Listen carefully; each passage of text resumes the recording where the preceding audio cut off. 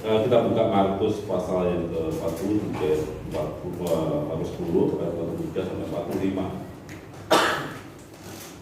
Akan saya bacakan begini. Tidaklah demikian. Markus 10 ayat 43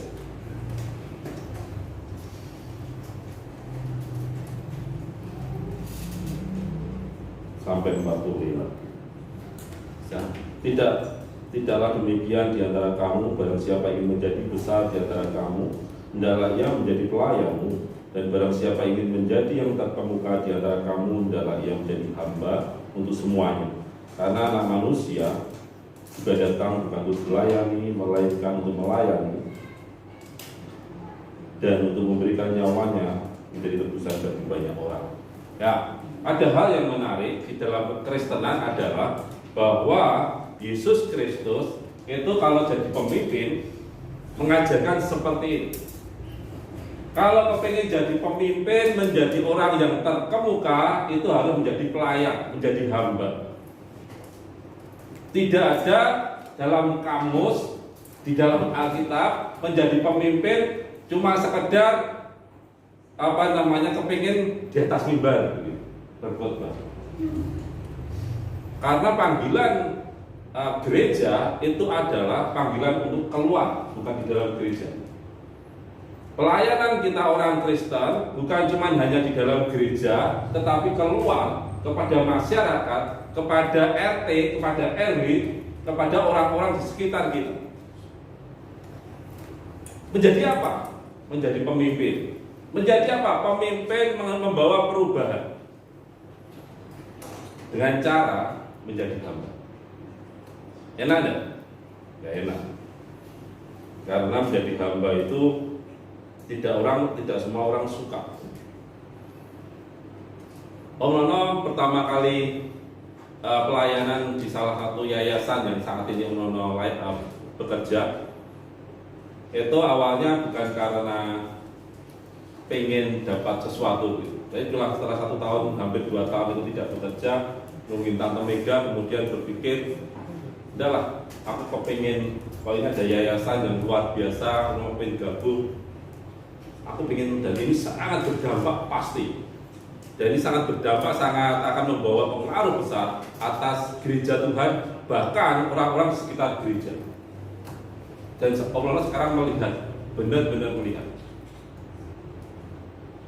Dan saat melihat itu jadi seakan-akan jadi visi yang menggerakkan setiap pelayanan yang dulu sampai sekarang.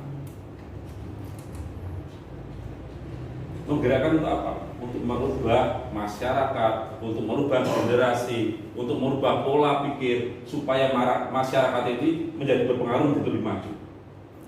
Tapi masalahnya adalah tidak gampang seperti itu. Kepemimpinan itu bukan persoalan menjadi ketua atau menjadi seorang pengurus. Kepemimpinan itu mengenai bagaimana kita punya pengaruh positif atas masyarakat, atas gereja ini, atas entry kita. Kalau kita tidak punya pengaruhnya bukan positif, itu bukan pemimpin, bukan kepemimpinan. Jadi pengaruhnya harus positif.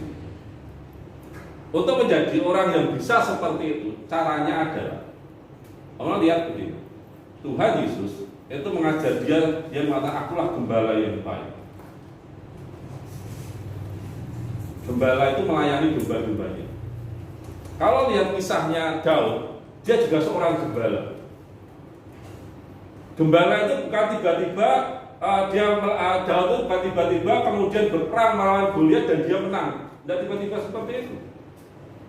Saat dia jadi gembala, dia punya kasih kepada domba-dombanya.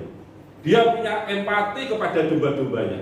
Dia sayang kepada domba-dombanya. Pikirannya juga dia harus belajar bagaimana dia supaya domba-dombanya apa yang dia pelihara itu tetap sehat. Kalau sakit, dia akan carikan informasi supaya dia tetap sembuh. Dombanya sehat kembali. Makanan apa yang beracun, yang tidak beracun. Tidak semua makanan bisa dimakan oleh domba. Pengetahuannya dia pasti melebihi orang awam kalau dia gembala. Seorang gembala itu bukan cuma belas kasihan, lemah lembut kepada gembala, tetapi dia juga garang, juga keras, dan jika dia pemberani saat ada apa? Ada singa, ada beruang. Domba, kalau dia sudah mulai ada singa, kemudian gembalanya lari, itu pasti bukan gembala yang asli.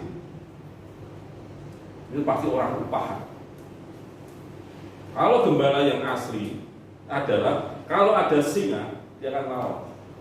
Daud menceritakan itu. Kalau ada beruang, dia akan ambil itu tongkatnya ataupun senjata yang dia biasa pakai dia untuk melawan beruang.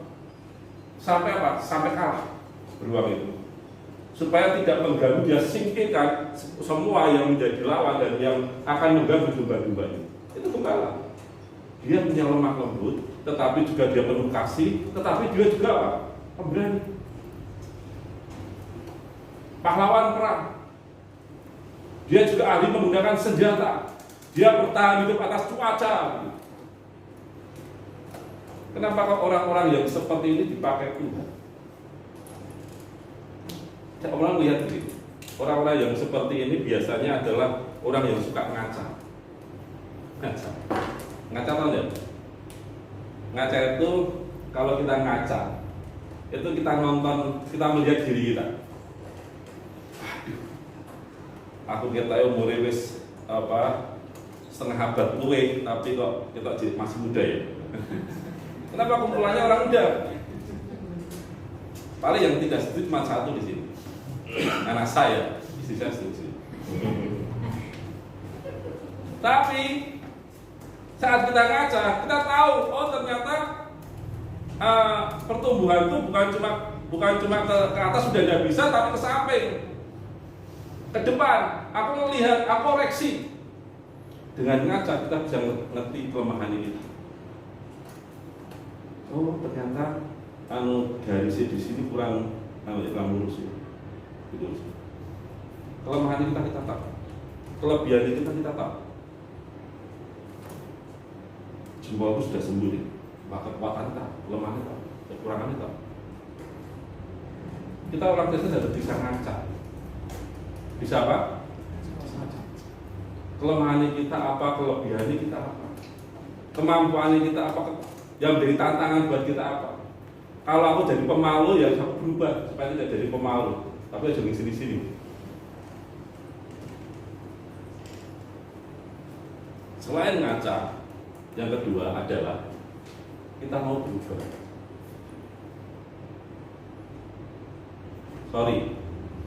Berubah itu bukan cuma sekedar aku berubah kemudian ganti mode. Orang yang sengaja punya trik begitu biar tidak kelihatan tua karena pelayanan di anak-anak. Kalau kelihatan tua kan halo yang kakung gitu kan keren kan. Terus kemudian tak semir supaya jangan hitam tapi yang sini putih. Sengaja. Kenapa kok seperti itu? Babnya tidak bisa dipungkiri kalau kumisnya tumbuh itu putih. Nah kalau semua hitam kumis putih kan, wah ini iya. Tapi kalau kumis putih sini putih kan agak enak dipandang mata.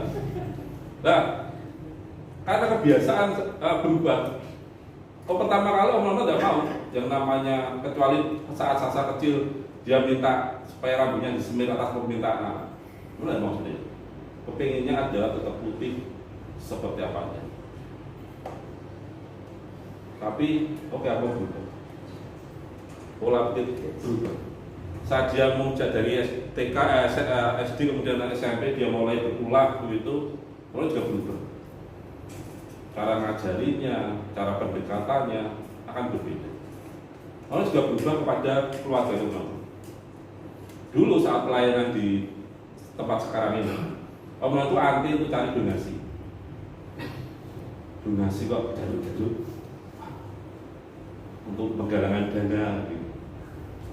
Itu anti, kenapa? Tuhan Allah kita akan mencukupi seolah ini alasan. Tapi setelah itu Om berubah. Kenapa? Saat Om mencari donasi bukan buat kaya, tetapi di sana ada orang yang butuh bantuan untuk makan. Karena di sana uang ini tidak untuk menyelamatkan banyak orang. Saat itu berubah. Dan sekarang kalau ada pelatihan di sekolah minggu kayak kemarin kita ke Boyolali begitu, mereka tidak ngadakan gitu ya. Om Nono undang mereka, Om Nono cari tempat, Om Nono juga kalau cari tempat bisa tidak sekalian makannya ya, pinjam tempat, pinjam gereja tempat sekalian makannya bisa tidak ya? Oh ya boleh Pak, terima kasih. Saya undang satu-satu. Saya ngajar sendiri, saya ajari sendiri, saya motivasi sendiri, saya ajari supaya mereka bisa melayani anak dengan baik. Dilakukan sendiri, biaya sendiri. Supaya apa? Karena apa? Kok bisa seperti itu? Karena gerakan revisi. Karena di sana, di Boyolali, butuh pelayan anak untuk mengubah paradigma supaya mereka diselamatkan. Karena di Salatiga butuh orang untuk memotivasi guru sekolah ini supaya mereka semangat melayani anak. Bukan cuma sekedar ngomong cerita tentang Alkitab kemudian selesai. Selain ngaca, kemudian juga berubah. Yang perlu dilakukan berubah itu begini. Berubah itu adalah cara pandang kita, otak kita menerima dan kita melakukannya. Ada informasi baru tentang yang suatu kebenaran, lakukan saja, itu berubah secara gampang. Nggak usah dipikir panjang, lakukan saja. Kalau kau punya kenapa kok aku harus mengampuni? Nggak usah orang itu menjengkelkan lah, orang itu nggak mungkin berubah lah, nggak usah dipikir. Mengampuni saja, lakukan saja. Nanti kau dengan sendiri akan berubah. Lakukan saja firman Tuhan, dengan sendirinya kau akan berubah.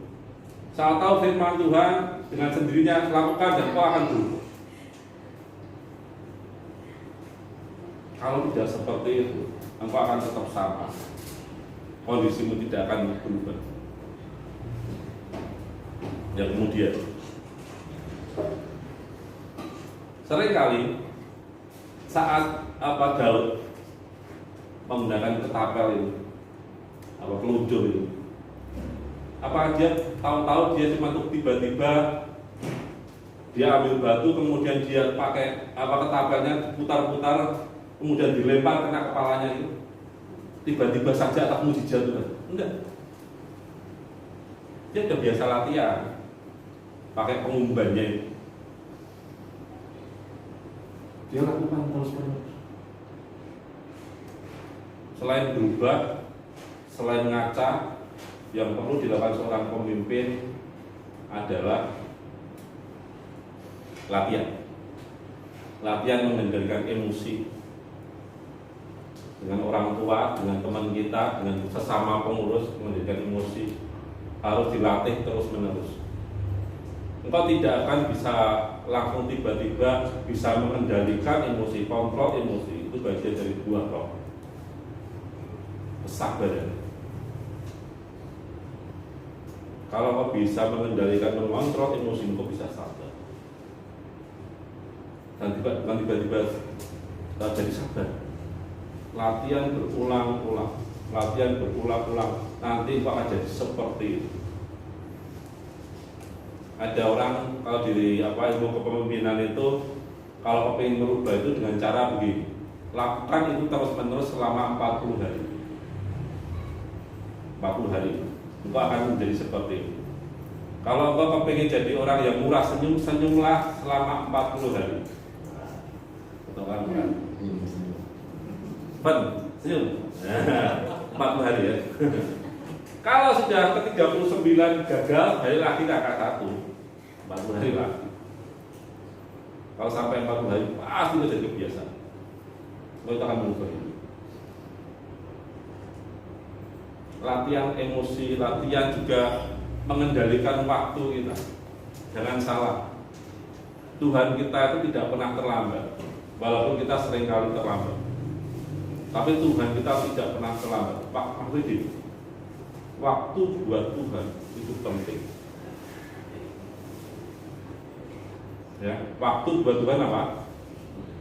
Kalau latihan jangan terlambat, kalau tugas jangan terlambat, kalau ibadah jangan terlambat. Jangan kau tahan. Supaya apa? Karena waktu buat Tuhan, waktu itu penting. Itu perlu latihan. Om, susah om. Ya latihan. Komitmen, aku tidak akan terlambat lagi. Aku akan menepati waktu. Kemudian, apalagi yang perlu di selain waktu?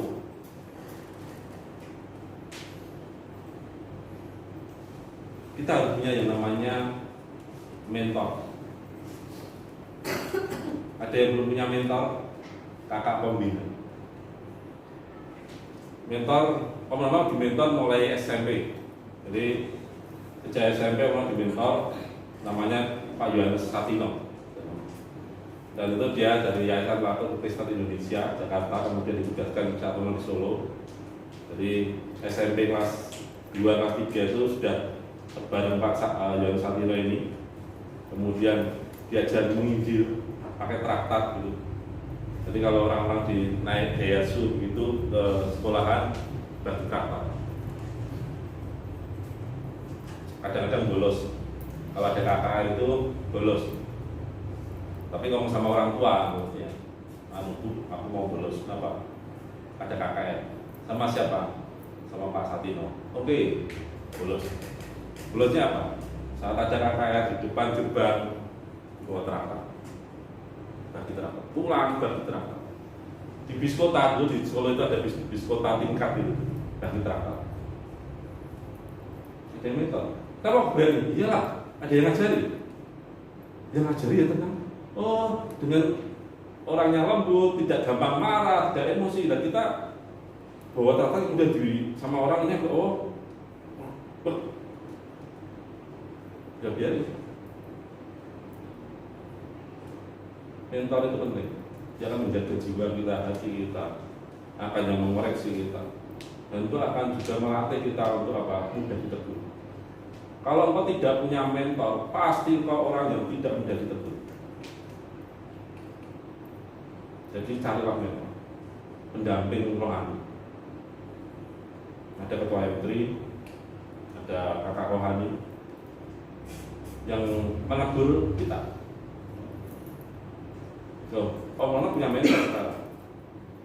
Ada Om Petrus.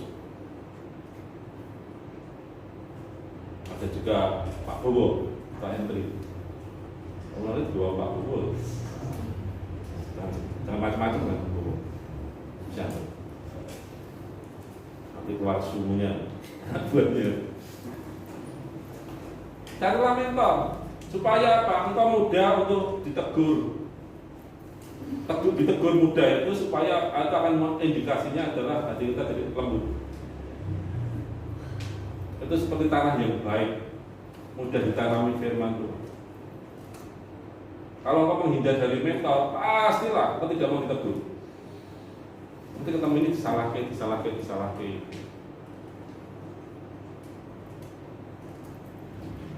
Oh, enggak punya mentor lain, Pak Yuel, Pak Bidil. Beliau kalau ada sesuatu dia kita telepon, kamu salah 3. Waduh, sekali lagi, salah lagi. Tidak selalu padahal, seringkali malah kita diberkati. Tapi kita punya mentor. Lakukan sesuatu. Kita diluruskan pola pikir kita, pengetahuan rohani kita diluruskan supaya tidak menyimpang. Hubungan kita, kalau kita punya hubungan yang tidak benar, kita bisa dikoreksi. Itu kan anak muda tidak punya mentor, wah kasihan sekali. Kau berdiri sendiri, kau mentor Tuhan sendiri, platform. Tidak ada itu. Di dalam kekristenan tidak ada. Bahkan di gereja manapun sudah tidak ada. Kenapa? Karena mentor sejak dulu itu ada, pemuritan, ada gurunya. Kalau kau tidak punya guru pasti kau bukan seorang murid dan tidak kamu diajar. Ngacang, mau berubah, Kalau ditegur ya berubah. Tidak usah berkilah, tidak usah berkelit. Kita ditegur, oke, terima aja.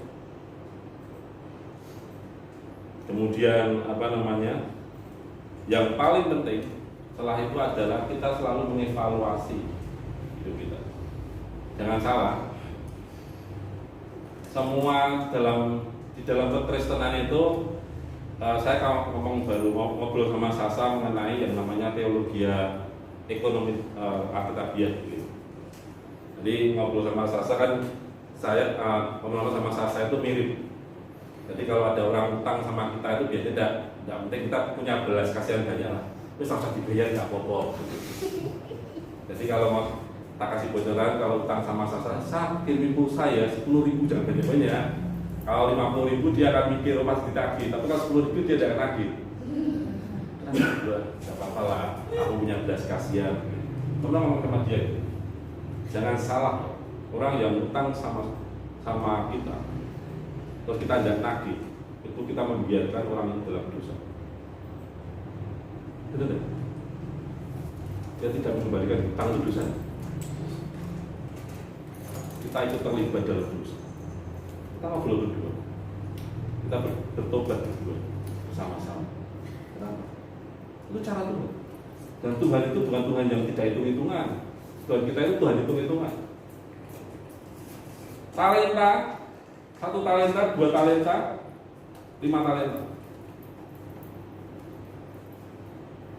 Tuhan hitung-hitungan aja.